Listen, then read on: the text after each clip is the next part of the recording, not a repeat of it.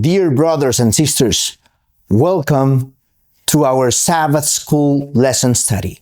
Before we begin, I would like to invite you to pray with me. Please bow our heads.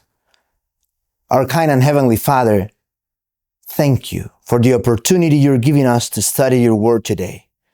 Please give us your Holy Spirit as we go into your word and as we learn and we read what you have for us today. We pray, Father, that your Holy Spirit will give us wisdom, that your Holy Spirit will come to us and guide us in this study. Please draw us closer to you because we pray in Jesus' name. Amen. This quarter, family, we begin with the book of Joshua. And let's be honest, when we think about the book of Joshua, the first thing that comes to our mind are battles, walls falling down, and victories in the promised land. But in reality, the central message of this book is not about war. It is about a God who keeps his promises and his people who must decide whether they will trust him and live by faith and obedience. Our very first lesson for this quarter is titled The Recipe for Success. The world offers us many recipes for success. You have heard them. Money, fame, power, social status. But the Bible gives us something completely different. True success is not measured by human achievements, but by walking faithfully with God every single day.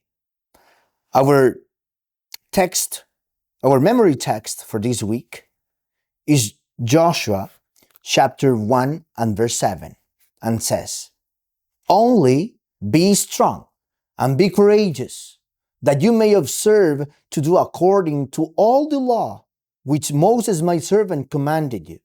Do not turn from it to the right hand or to the left, that you may prosper wherever you go." What a powerful promise.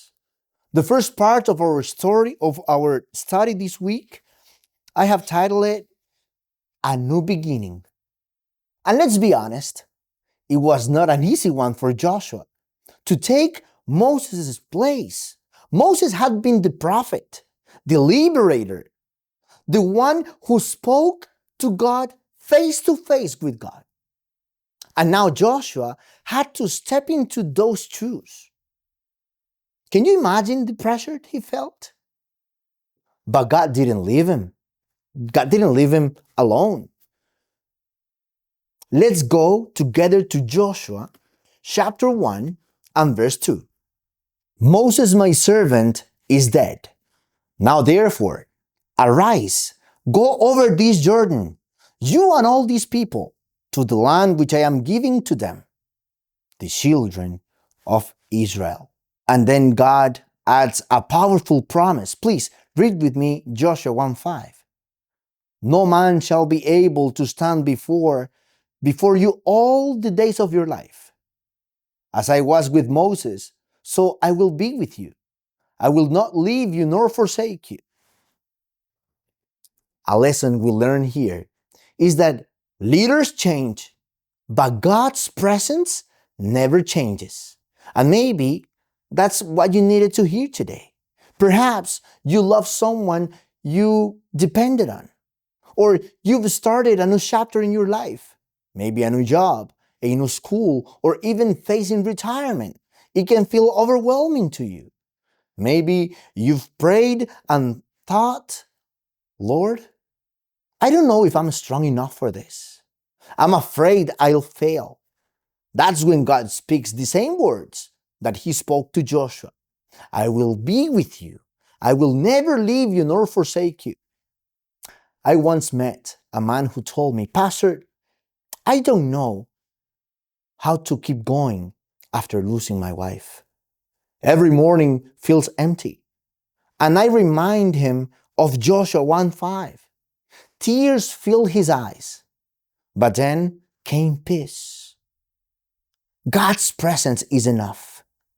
And that same God walks with you and walks with me. Now, in the part 2 of our study, this week we learn about God's plan for his people. God didn't leave Joshua without direction. He gave him a clear mission. Let's read together Joshua chapter 1 and verse 6. Be strong and of good courage, for to these people you shall divide as an inheritance the land which I swore to their fathers to give them. God gave Joshua 4 actions: cross, possess, distribute, and serve. Cross the Jordan. Take the step of faith. Possess the land. Trust that God has already provided. Distribute the inheritance. Lead with justice and generosity. Serve the Lord. Stay faithful in worship. Here we learn that true faith is not passive. It doesn't just sit and wait. It moves forward. Maybe you've been waiting for God to answer a prayer, but you haven't taken the first step of faith.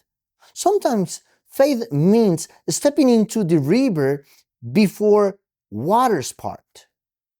Sometimes it means sharing what you have, even when it feels small. Perhaps you've been afraid to taking that step of starting a Bible study, reconciling with someone, or committing fully to God.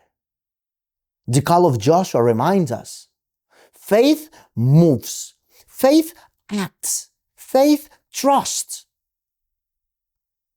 Now, we come to the part 3 of our study, which is titled, Promises Already Fulfilled.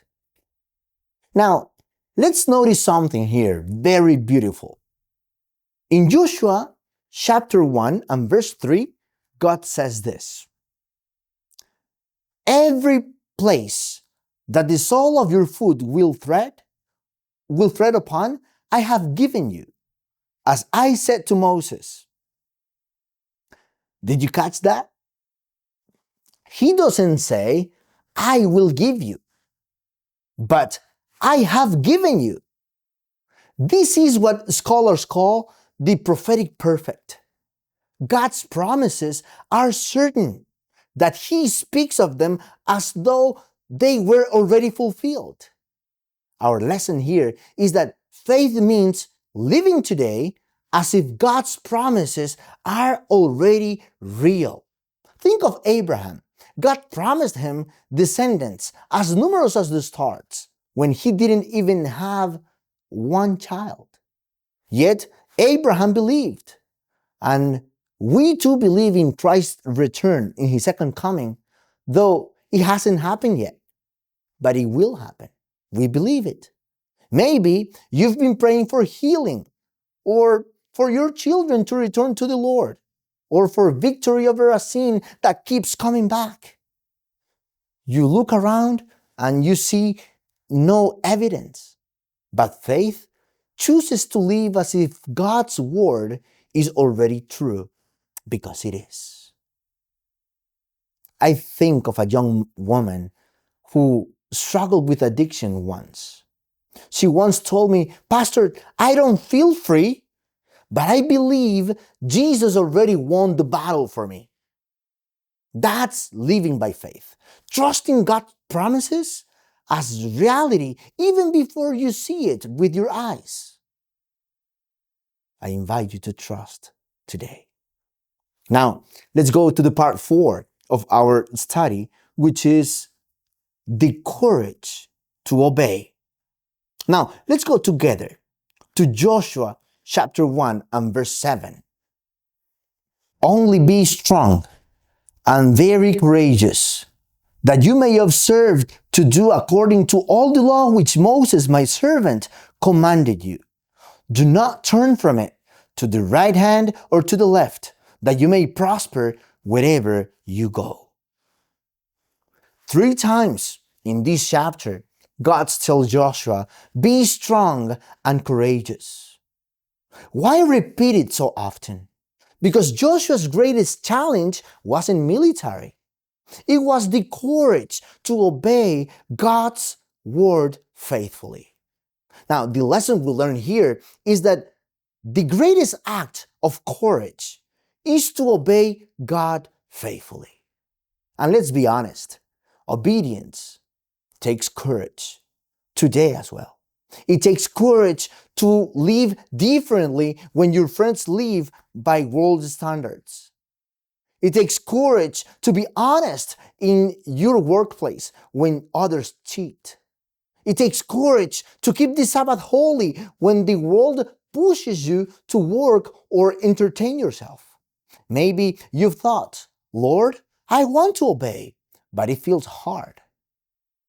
I don't want to be different to anyone else.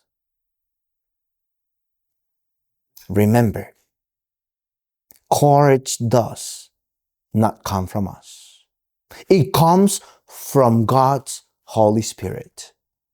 Paul says it, Ephesians chapter 6 and verse 10. Remember, finally, my brethren, be strong in the Lord and in the power of His might. When you feel weak, cling to His word.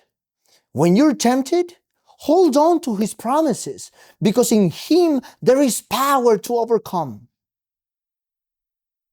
With Him, everything is possible.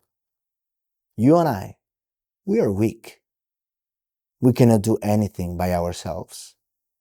Now, let's go to the last part of our study, which is the recipe for success. Now we arrive to the heart of the lesson. Let's go to Joshua together, 1:8. Let's read together.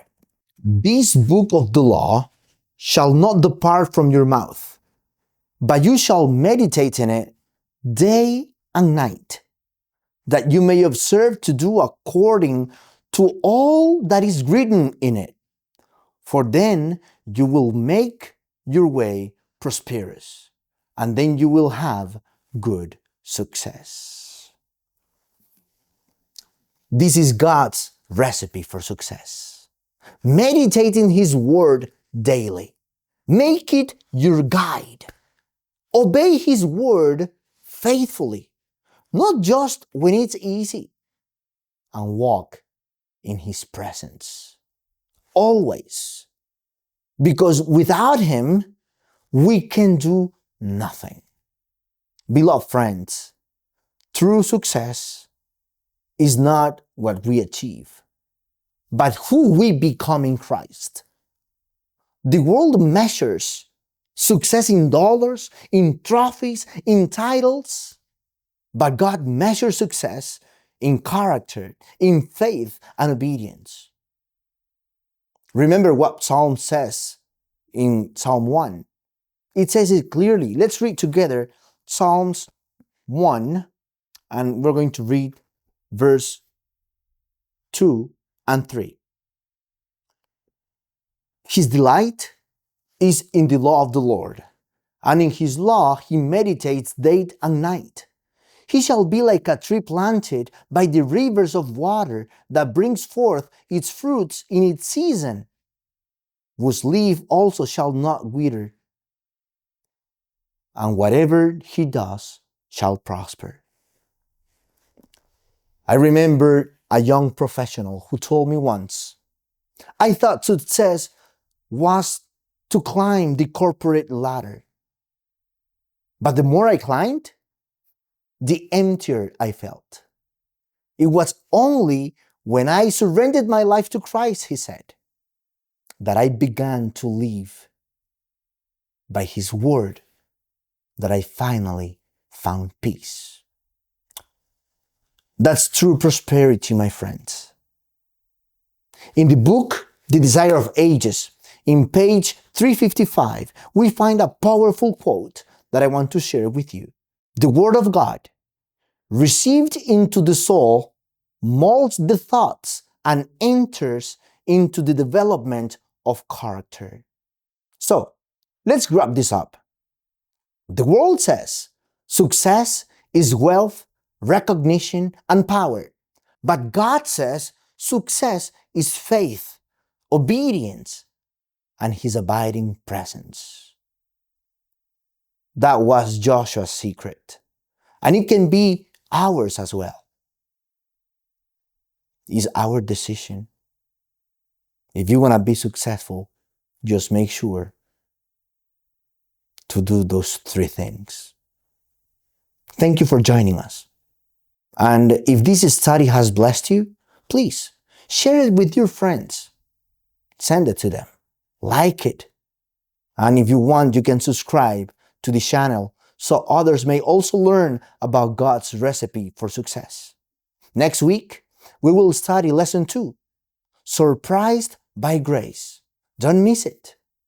May the Lord bless you and give you Joshua's courage and Christ's victory in your life today and always. God bless you, my friend. Have a great day.